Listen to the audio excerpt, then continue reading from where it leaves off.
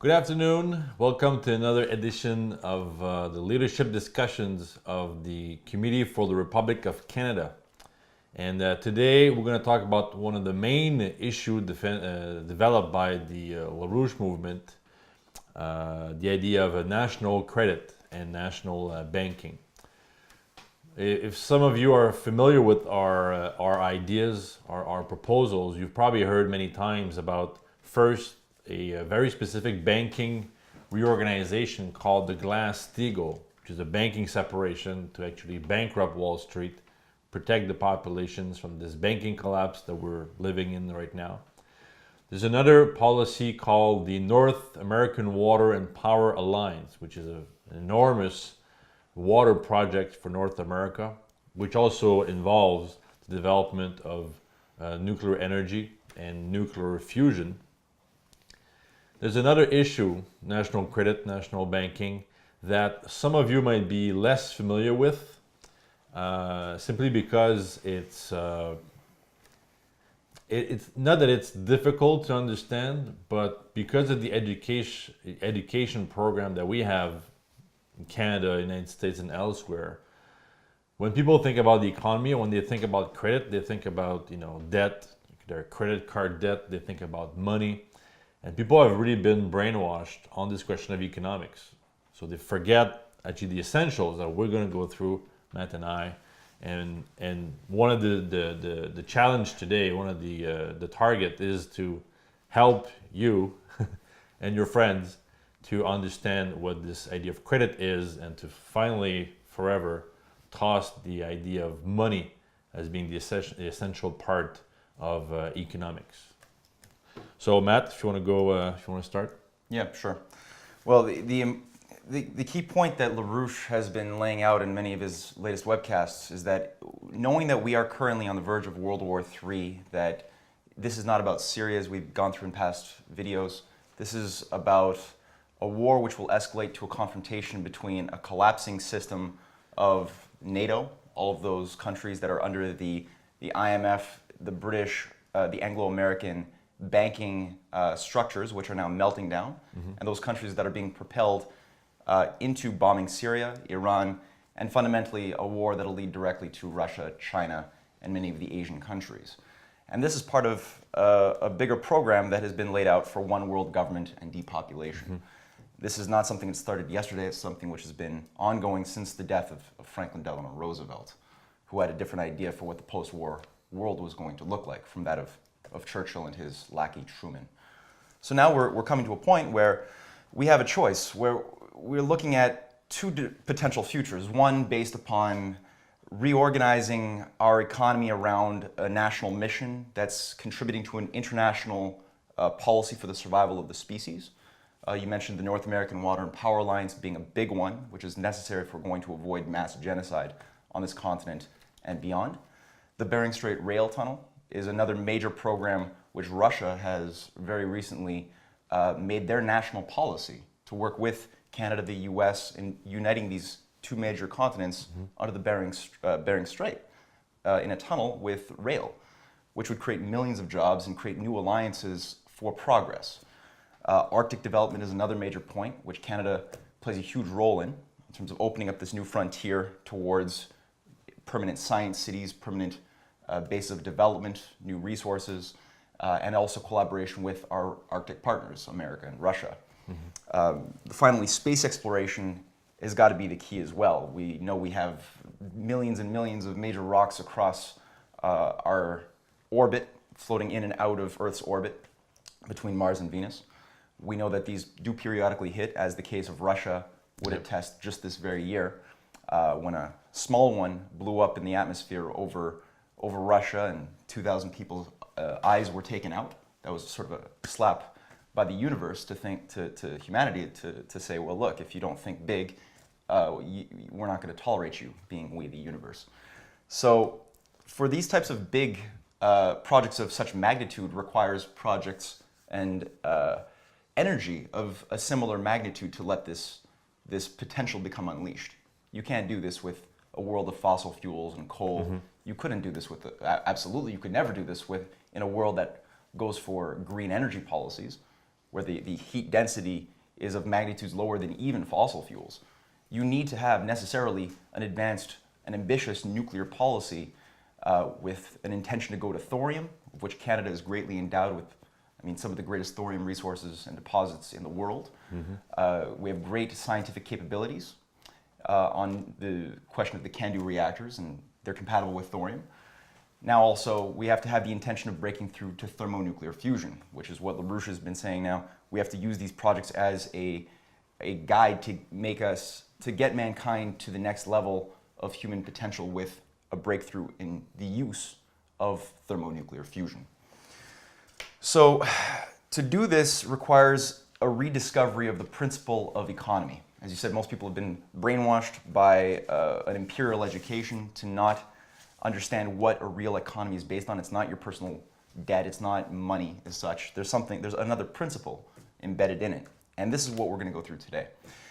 So in the Friday webcast, this last Friday's webcast, LaRouche made a very quick point that there's a difference between a monetary system and a credit system. When he said, what we have to do is simply understand what the principles are, which the United States, implicitly Canada, and Europe too, have almost lost memory of what the principles are. The principles are a credit system, not a monetary system. In other words, the monetary system, somebody puts out paper money or similar things as paper money. They say, now you can use our money, our paper money, and you can go into debt to use that money. And that creates the usual monster we get as a result. That's how the depression cycles and so forth occur. So whenever you see the famous mythology that there's just a natural cycle of ups and downs and bulls and bears in the marketplace of depression and growth and depression and growth, this is not an intrinsic component of an economy. That's an intrinsic component of a debt-based monetary system. Right? You can only get into debt to a certain point that justifies the creation and emission of new credit, of new money, which is always using and creating profits based on greater margins of debt. That gets into speculation and things which create certain limits that, as all limits and all bubbles necessarily have as a quality, as they pop, both in physics and in the human world too. So this type of depression cycle is purely, it's not opposed to what many of your economics teachers would necessarily say. This is not a component of an economy. This is what you're doing. This happens when you're doing something wrong. LaRouche goes on. It says, if you, on the other hand, operate on a credit system, what you do is you look at what the productive powers are and how they're organized in the nation. For example, it used to be farmers would have one period where they would be doing the work and not getting much income out of it until they harvested it. It couldn't realize the benefits. But once they harvest it, and the thing changed, because now you get other forms of productive employment and they cut in. And that was what was done by Alexander Hamilton. That is the first Treasury Secretary of the United States. He ran a cyclic system where every part made a contribution to the system and every part participated in the contribution to the system. So this idea of a cyclic system is not what we just went through. This is a different idea. This is the idea that, yes, everything when you breathe, everything in life has a certain cycle, right? Breathe in, breathe out, day, night. You have a process of cycle, but it's not governed by some state of equilibrium of the markets where things go back to square one. Yeah, money is not your measure. Exactly. So there's an idea of progress, where Alexander Hamilton pointed out that, yes, your farmer will reap his harvest at a certain point, but this is going to have to collaborate with the growing potential for new technologies and industry in the cities, which will then feed back onto new forms of technologies on the farm, new tractors, new things. This will feed the people in the cities. And the purpose of Hamilton was to say that it's the increase of the productive powers of labor through the increase of the powers of mind which determine the value. right? So it's the quality of mind that actually determines how money is permitted to behave and where channels of investments are going to be located. Canal building versus building casinos.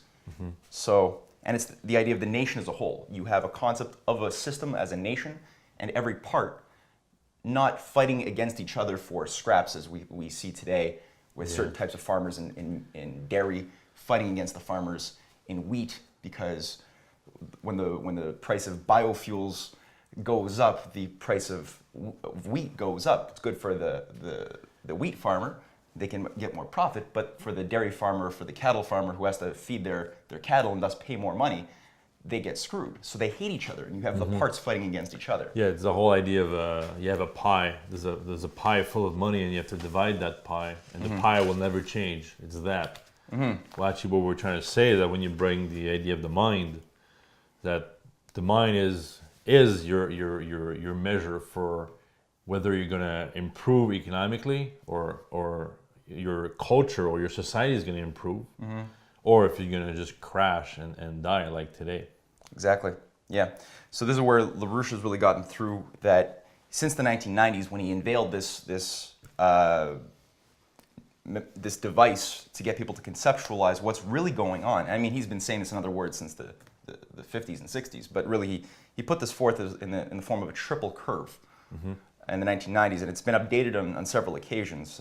We can post up on the screen for our audience the most updated version. And what you see is that there's three curves and there's one function. This is one process, right? And you have on the two top curves, you have what you're typically taught in school is the monetary aggregates, the financial aggregates, which, you know, the monetary is the sum of the money supply that's being increased at a hyperbolic rate when you just look at this thing since the early 1970s, which is where this curve sort of begins. And you have below it the financial aggregate curve are generally the monetary contracts. Today we have a lot of things called derivatives, which are not the money per se. They're contracts, they're IOUs, but they're not the money per se, right? These two things are generally what we learn about in school in an economics program, that we can create certain derivative formulas, Morton Scholes, you know, whatever type of thing you want to create to sort of make profit now. But what people have lost the sense of is the third and most important curve, which is the collapsing one at the bottom, the physical, productive economic input-output, right? The investments into your physical economy, agriculture, industry, infrastructure. And this is where the real crisis resides.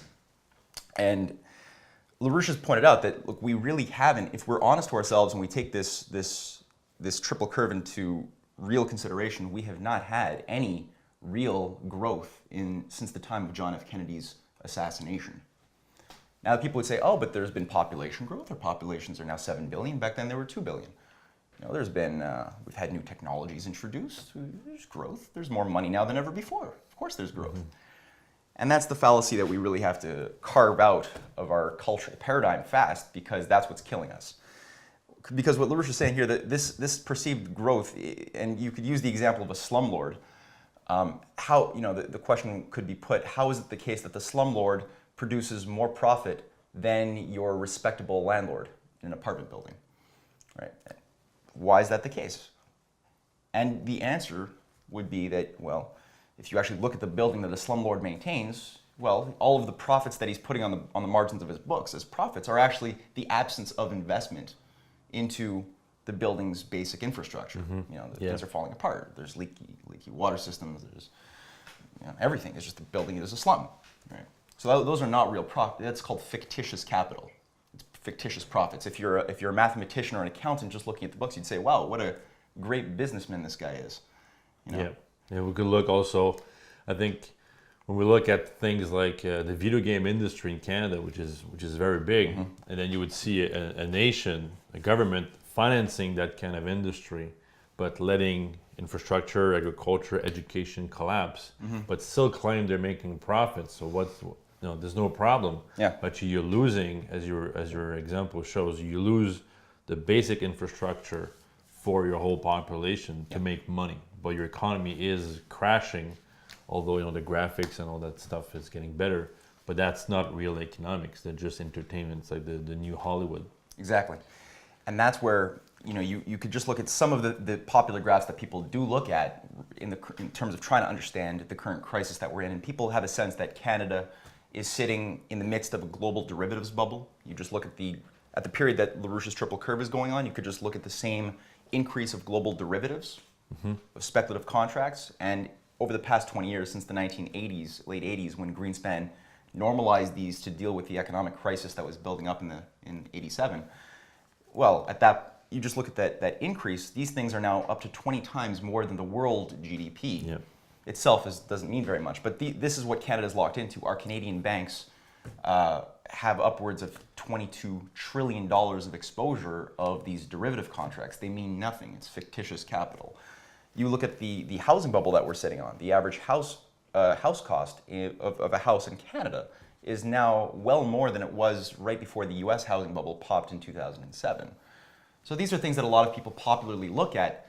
But again, the problem is they're thinking, when they're trying to problem solve it, they're thinking in terms of a monetary framework. And this is what we're really going to get at, because the triple curve, that third curve that's collapsing is the key. And how does this manifest in Canada? That's the lesson of the day. And the 3 points that the current financial collapse is hitting us the most in the physical sense is you have the collapse of our infrastructure, the collapse of our manufacturing, so an ability for a nation to produce for itself. That doesn't mean produce, like you said, video games, but rather produce things that are in the vital need of that nation to exist. These things that's been destroyed. And the cultural collapse. We're sitting in a world where the young people under 25 just don't have any incentive to do any work, because they see that the society that they're a part of is ugly. It's collapsing. There is no future. They've got their video games, they've got their drugs, but there's not really much incentive to really make yourself a better person, or to keep yourself in a state of a disciplined identity. There's just nothing there for that. It's more of the cultural morality is what can you get away with, and how good can you feel? Can you accelerate your pleasure and minimize your pain in the most efficient way? And that's currently the current morality. So this is the real. When LaRouche warns of a dark age for mankind, this is what he's looking at. Now, I'll just bring up on the 3 points, or at least the first two I think are important. The 2007 Canadian Federation of Municipalities report on infrastructure is a very good example for Canadians about what the hell is really going wrong, because Syed Mirza, who's a McGill Engineering Department chair, had been commissioned to head an inventory of the state of Canada's infrastructure across all municipalities in 2007, and the results were startling. I mean, the conclusion is that not only do we have a $127 billion infrastructure deficit right now, but 80% of our municipal infrastructure is structurally deficient, right? That's big. Now he's looking at sewage systems, water management systems, electricity grids, things that bridges, like the Champlain Bridge, which is ready to collapse here in Montreal. He was looking at how did this get this bad? And we could put up a chart where in the report, he elaborates that 41% of Canada's municipal infrastructure is less than 40 years of age. 31% is 40 to 80 years of age, right? Usually infrastructure can last, like a bridge, about 40 years before you start needing to upgrade it. And you always have to maintain the basic maintenance of such systems. 28% is between 80 to 100 years of age. And what Mirza points out in this it's called, I don't know if I said this, The Danger Ahead, the Coming Collapse of Canada's Municipal Infrastructure. It's the name of the report, which anyone can look at online. Is that from 1955 to 1977, there was an approximate 4.8% growth per year of investments into new infrastructure. And from 1978 to 2000, around that period where you see that major collapse of the triple curve's bottom line, that dropped down to 0.1%. Big collapse. Yeah. And he said, even though we have seen in past 2000 an upsurge in investments into these things, it's not even coming close nearly to making our infrastructure anywhere near usable in a safe way. And there's no money for it. The people don't have a sense of where's the financing going to come from. And later on, we're going to get it. How do you actually reconcile this problem? But for the time being, it's not just the infrastructure. We said manufacturing collapse too. Since 2002 to the present, we have lost in Canada 630,000 manufacturing jobs. So those jobs which are not just Walmart, paper, or plastic, but rather people working in the machine tool sector, highly trained. That's a quarter. That's a quarter of the total. Right. That's huge. Mm-hmm. And you can also think about you talk about the collapse of infrastructure, but look at the infrastructure that should be there, which is also something that was cut. And we've seen recently, for example, the flood in Calgary. We had Toronto a little bit before. Before that, we had Manitoba and Quebec, Saint-Jean-sur-Richelieu. Huge floods, billions of dollars of damage. Mm-hmm. And these are the kind of infrastructure that should have been put in place a long time ago, but for budget cutting reason, they weren't. That's right. And you could also look at the types of crises that if you look at what is Vancouver, the entire West Coast right now is facing death when we know that the Cascadia subduction zone, it can pop at any moment, and a major earthquake can hit off the coast of the Pacific. That would wipe out, Fukushima would be nothing compared to something like that. And I think from there we can look at the problem of the way people understand this idea of debt, right? Because today, if members of government or the population, a lot of them, they're just convinced we got to save this dying system. We're going to save Wall Street because it's money. They have money. They take care of the money. Let's save them. Well, actually, if they had a proper understanding of economics, they could just laugh at those guys and say, "Oh, okay, well, lose your job as a banker. I'll give you one as a farmer, and then you can be productive for the rest of your life." Right. And it'll change it. But can you say a few things on that? This idea of debt, and also maybe something about the Bank of Canada based on that. Absolutely. Because this is the thing, a lot of people that we encounter who are somewhat good on the point of the National Bank, of the Glass-Steagall, the need to have a Glass-Steagall reform, letting all of the speculative debt be separated from the real physical economy. A lot of people, especially in the NDP party, we find, are very good in their sensitivity to these needs. But there's a big problem with, like you said, the debt, right? People will look at the graph of the increase of debt, of the general national debt of Canada from 1867 to present, and we can pop on a picture of this, and they'll say, "Oh, wow, look at the days before the 1970s, and when we were still using the National Bank, which is true. This is unlike the Federal Reserve in the United States, which is private. This is a generally semi-private institution in the U.S., which is run by Wall Street and British interests inside of the U.S. Unlike that, which seems to have a federal name but is not really federal. It's got an imperial intention to subvert. The National Bank is, in a sense, it is a crown corporation. It is, in a certain sense, a public institution, which it's true before the 1970s, when we were using that to provide loans to the federal government, to the provinces at very low interest for its infrastructure and other needs, our debt never exceeded $23 trillion. That never happened. And then at a certain point, when Pierre Elliott Trudeau, one of the worst things that have ever happened to Canada, which should piss a lot of our viewers off in a good way, because we can actually prove why what we've just said is true by going to our website and reading some of the work we've done in history. When Pierre Elliott Trudeau removed the use of the National Bank from what it was as a loaner to the government, right, and gave all of the rights to issue those government, provincial, and federal loans to our big private banks, right? Today it's the big six. It's true, our debt, literally, you could just look at that curve, and that thing skyrockets to today. It's over 600, I think it's around $616 billion. And you think, wow, for all of that debt, we must have gained a lot for that, right? But no, as we said, our infrastructure is still collapsing. Our manufacturing, our physical productive jobs have been destroyed. We've got nothing for it. We've just created a cancerous, tumorous debt bubble in its place. So what exactly is this debt. It's nothing. It's a trap. It was always a trap, and you could look at the fact that this happened. It necessarily had to happen directly after the Bretton Woods system was taken down in the U.S., floating the global dollar on the fixed exchange from the fixed exchange rate that it was under the Bretton Woods to becoming a floating exchange rate of speculation and debt. France did the same thing with their bank at that same point, not using the national bank and going to the private parasites.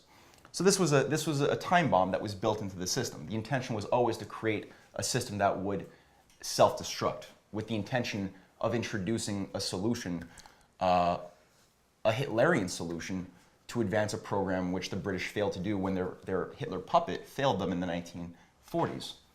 Right? Yeah, and I think if we look at I think when you look at all these things, you're wondering, well, how can we know if our country goes into the right direction? How can we know before the policies are implemented that we're going to go in the right direction? Yeah.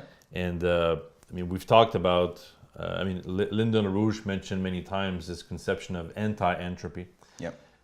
And recently, the idea of economic leapfrog, where a country, like when we look at all the destruction in infrastructure, all the laissez-faire, are we to rebuild the same thing? Yeah. Or are we to bring something new, more productive, that would actually, because we don't have to go through this linearly. It's not the development of a country is not a linear thing where you go through, you got to go through burning wood to coal to oil, all these sorts of things. You can actually leapfrog and go towards the highest level possible for your production. And can you say a few things on that? And if there's any examples in Canadian history? Absolutely. Before I do, though, just because what you've just said is important, the fallacy of the Bank of Canada, I didn't get a chance to quite say that, but this plays into what you just pointed out, is that as a Crown corporation, I said it was sort of public, but in reality, as a Crown corporation, this is under the control of the Crown, right? And the structure of the Bank of Canada was always maintained to be used and operate under a British monetarist accounting system, where you have an idea of perfect balanced equilibrium, where the budgets always have to be balanced. And thus, in that type of framework, the idea of a high investment intensive program like John F. Kennedy's space program, which was vectored around the idea of leapfrogging beyond, not just going gradually from one sort of energy, one sort of technology to gradually another. That can't work. You need to skip a whole bunch of useless steps and go to fusion power. You need to go to the next framework, which under a monetary system under which the Bank of Canada is currently operating, which we have to change, that can't occur. You can't invest the way you need to. And you could just see it in Article 18 of this charter of the Bank of Canada, which I can just briefly read out here. Where it says under Section J, it says the Bank of Canada may make loans to the Government of Canada or the government of any province, but such loans outstanding at any one time shall not, in the case of the Government of Canada, exceed 1/3 of the estimated revenue of the Government of Canada for its fiscal year, and shall not, in the case of a provincial government, exceed 1/4 of that government's estimated revenue for its fiscal year, and such loans shall be repaid before the end of the first quarter after the end of the fiscal year of the government that has contracted the loan. It's a pretty serious demand there. That's a very serious demand. So it's fine, if everything is already set well in place and you're not on the verge of a collapse, sure, maybe you can maintain a certain practice of using zero interest loans to keep your provincial infrastructure financed. Maybe you can make a little bit of new stuff too. But that's a big clampdown. If you want to build something as grand as the North American Water and Power Alliance, which requires literally moving, we're talking about 100 million acre feet of water per year down from the Yukon and Alaska down into Mexico and into the Great Lakes. To do something of that magnitude or space exploration, you could never accomplish it with that type of mental obstacle. So you need to really, we need to really look at, as you said, this question of how does the increase of energy flux density determine the behavior of money? And how has the American credit system of Alexander Hamilton, which people like Franklin Roosevelt, people like Abraham Lincoln and even to a degree John F. Kennedy, how were these people able to activate that Hamiltonian principle in recent history to overcome the limits to growth that were facing them and express this increase of energy flux density in the most perfect way? And because this is what Canadians really need to learn fast. And as you said, we do have a few examples, fortunately, in our history that we can use as a reference point when the Bank of Canada almost functioned this way. Almost. I would say in the case of World War II, after the bank was nationalized in 1937, we did have a certain idea of a victory bond. So there was a national mission to win the war as a national mission. And the victory bond issuances were governed by the needs to increase the national productivity, to build the tools necessary to fight the war against Hitler. That was one good example, but again, that didn't last very long after the war, and we soon got back into an anti-Roosevelt Keynesian framework. Canada was one of the first countries in the world to fully adopt a Keynesian approach to economic planning, which was one of our greatest death knells.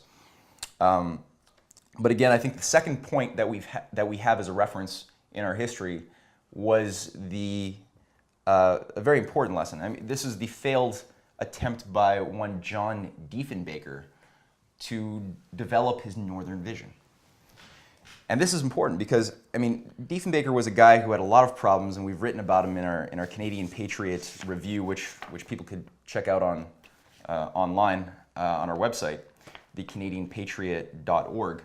But what he was a lover of progress. He was an admirer of Lincoln. He was an admirer of Roosevelt. Sadly, he was also an admirer of the British system and of the Queen, which made him very blind to certain operations being run against him. But he was a lover of progress, and that animated his planning to overcoming a huge crisis that he had encountered when he entered office in 1957. And in 1958, the solution came to him and a group of his brain trust who were into problem solving. They weren't into party bickering or anything, but their idea was, well, okay, well, look, we've got a recession, which the world was plunging into. The recession that began in 1957 with the collapse of a bubble built into the auto sector, and that spread around the world. So that recession was making it very difficult to achieve his promises for sort of a new deal for Canada. He called it his Northern Vision, right? This idea of going to the new frontier of the Arctic and beginning to expand civilization, not just by raping the resources of the Arctic and plummeting it in a hewer of wood and drawer of water approach, as Canada has been sucked into for most of its history, but rather build scientific cities, open up new regions for permanent habitation, rail development in the Arctic, And this idea that really stimulated and excited the Canadians' imagination, which is why they swept him into office on the biggest majority of any government in history. He couldn't accomplish it because you had a recession on the one hand. You also had a British operative named James Coyne, who was an Oxford Rhodes Scholar operating as the governor of the Bank of Canada, who had the program of a tight money policy. As many people today, the idea was, well, look, there's a recession, we should contract the money supply, right? If we spend more money, it's inflationary, it'll accelerate the recession, we should contract it. Purely monetarist, complete garbage. But this guy put a complete obstacle in Diefenbaker's vision. Now, on top of that, there's a compounded problem with the fact that all of the victory bonds which were issued to win World War II were also maturing, right? Okay. And the first wave of maturation of these victory bonds, where people would now call in their loans from the government for money, were coming due. And so Diefenbaker had this threefold problem, recession, British operative in the Bank of Canada not cooperating, and paying off World War II, while you have this bold vision for the Arctic vision. Now, how did he come up with that? How did he come up with the solution to this problem? Well, this is something which is worth having a brief read through, because if you actually know your history the way, the way we have actually redefined the way history must be addressed, he actually was touching on a similar solution that Alexander Hamilton had confronted after America had won the American Revolution against the British. And what was the problem, right? America was about to be sucked right back into the British control after it had won its freedom, because all of the states had gotten into such a deep level of bankruptcy by loans from European governments and other lenders that they couldn't pay back, that they were so vulnerable. They had no nation, they had no infrastructure. People were already, just a couple of years after winning the war, looking for ways to get back into the British control so that they could get some stability. Once again, the people were not eating very much. And Hamilton's solution to this problem was something similar. He said, well, let's take all of the state debts, federalize them, so all of these bad debts, let's federalize it into we'll convert that into a productive loan, a productive credit into the reinvestments through a national bank of America into our vital infrastructure, our canal building, our schools, And this is the way the U.S. was able to overcome its paradox and build itself into the most productive nation in the world within 2-3 generations of the American Revolution. Now, a speech that Diefenbaker gave on July 14th of 1958 is very indicative of his intention, where he writes, "This, the largest financial project in our history, offers an opportunity to all holders of Victory bonds, which were purchased as an act of patriotic faith during the war years, to reinvest them for the greater development of Greater Canada. These monies that were advanced during the days of war, and which contributed to the victory, we now ask to be made available to speed the pace of peaceful progress and the program of national development. The action we are taking will make it possible for our nation to embark on a new era of peacetime prosperity far and beyond anything we have ever known. I sincerely believe that great objectives can and will be obtained by the faith and enterprise of all our people. To that end, your government believes that steps we are taking are necessary in order to create the climate in which this can come to full fruition. In saying that a major result of this new loan is to make other necessary funds available for immediate participation by the federal government in the development of resources, I need hardly remind you that such participation is not by any means an end in itself. Its chief objective is, of course, to provide essentials such as access roads, railroads, and energy sources, and the business climate which will attract private investment to newly developing and lesser developed regions in our country, in amounts many times in excess of government investment. It is confidently expected that the debt refinancing which we announced today will clear the decks for greater increased private investment in our future, just as surely as it will do so for government investment." Okay, that's clear. Yeah, and this was vectored around the idea of roads to resources, a national energy board for national energy policy vectored around nuclear power.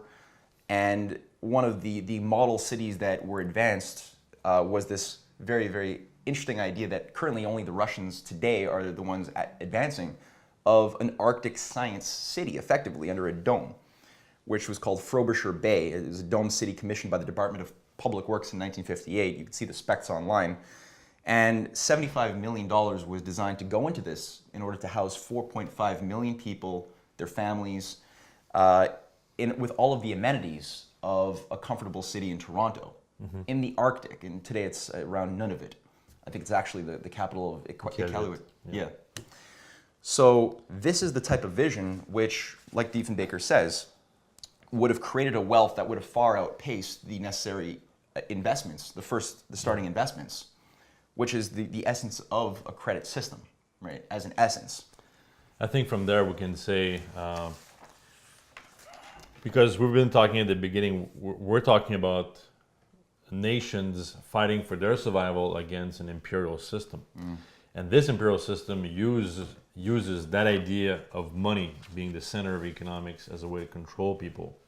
So that nations like today, they will try to find as much money as they can. So they're going to cut in their budget, they're going to cut healthcare, they're going to cut pensions like we've seen in Detroit in the United States.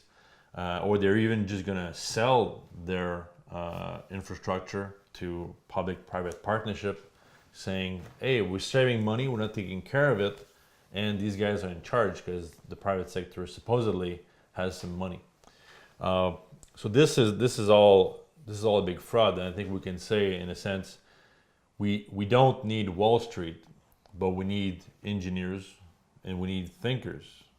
That's your basis for your economy.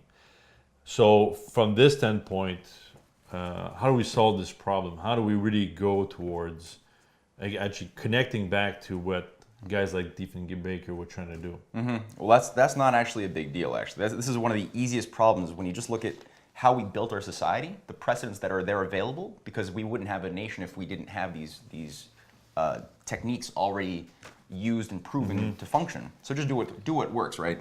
If you do Glass-Steagall, if we bring back Glass-Steagall, which can go through at any point, both primarily in the US and then quickly in Canada and European governments too, Wall Street is gone. They're off of life support. At this point, simply reinstating a principle of capital budgeting, right, where you say, just like we did when we were building the St. Lawrence Seaway, where we didn't build that with the intention of paying back our investment in the next quarter or something. No, that was a long-term investment into multi-year. That was. I mean, you're thinking deeply into the future, and the capital budget was simply a separate budget aside from this type of day-to-day stuff that you would have to repay in the next quarter. You had a capital budget which was allocated to those types of long-term capital-intensive projects, which you would have to maybe wait 10 years before it started giving you a return on the investment. Capital budget is something which we stopped using when around the period that the Bretton Woods was destroyed and the Bank of Canada ceased to be. I mean, today we could say it's used, but it's really used for nothing much more than adjusting interest rates, which is not exact. That's just a subsidiary of the world speculative bubble, because the interest rates in Canada at this point are just being used to prop up a global bubble in various types of games. But I mean, when we were still using it, you had a capital budgeting system. You had a parity pricing system, or at least Canada almost touched on it. They were using it in the U.S. and Canada in our agriculture. We didn't fully use it in much of our agriculture fully, but we were moving there, where you simply say, well, parity pricing, unlike what we do today, where it's the markets that determine the value of a commodity, which is why farmers, for example, haven't made a profit on average since the 1980s, because they're competing with things like Monsanto that can outproduce and undercharge any small or medium farming enterprise or slave labor. So these people haven't made a profit, and the reason why they exist is simply because of government subsidies that have kept these farmers barely with the nose above water. Yeah. So parity pricing simply meant that the price of your good was tied to it was on parity with the cost of your operative production. So if it costs you, $30 to produce a barrel of oil, well, a bushel of wheat, maybe it costs you much less, but let's say that price that it costs you, the price that you'll get on the market cannot be lower than what it costs you to produce. Yeah. It could fluctuate a little bit, but there's a certain minimum, and nor can it be higher than what people can afford to pay. You're not going to let people starve. It has to be based on the economic production of your country, not an arbitrary rule that somebody set up in some other country for a banking institution. Exactly, and this is something which we still have to a certain degree with our poultry and dairy in Quebec, in the Quebec farming. It works fine, but it under the framework of globalization, no, you could say it doesn't work. But as it is in a competently run economy, that's just a necessary thing, Yeah. So just capital budgeting, as a principle, bring back a concept of parity pricing for basic goods and services, which otherwise, without them, your nation would collapse. And then all of a sudden, with the stability built into the system, or re-won once again under a Glass-Steagall standard, now all of a sudden, nations like Russia, India, China, Iran, Syria will be able to work together with us as our allies in mutual development projects. We have so many interests on a world which is being hit by cosmic radiation, which is being hit by potentially asteroids, we have enough problems in the world outside of what the oligarchy and the British Empire is causing us to allocate our resources to problem solving, to overcome. Yep. So on this, I invite people to go on our website, communityrepubliccanada.ca, Also, we have this new website called CanadianPatriot.org, where you can actually consult various of the magazines that we've been putting together. A magazine called the Canadian Patriots, which goes through a little bit what we've been talking about. We had some new material, but do consult these magazines and contact us to get active. You can call us at 514-461-7209. Our email is crclarouche@gmail.com. There's a lot to do. Consult our website to know more about National Credit, the Glass-Steagall proposal, and the North American Water and Power Alliance project. And thank you for tuning in, and see you soon.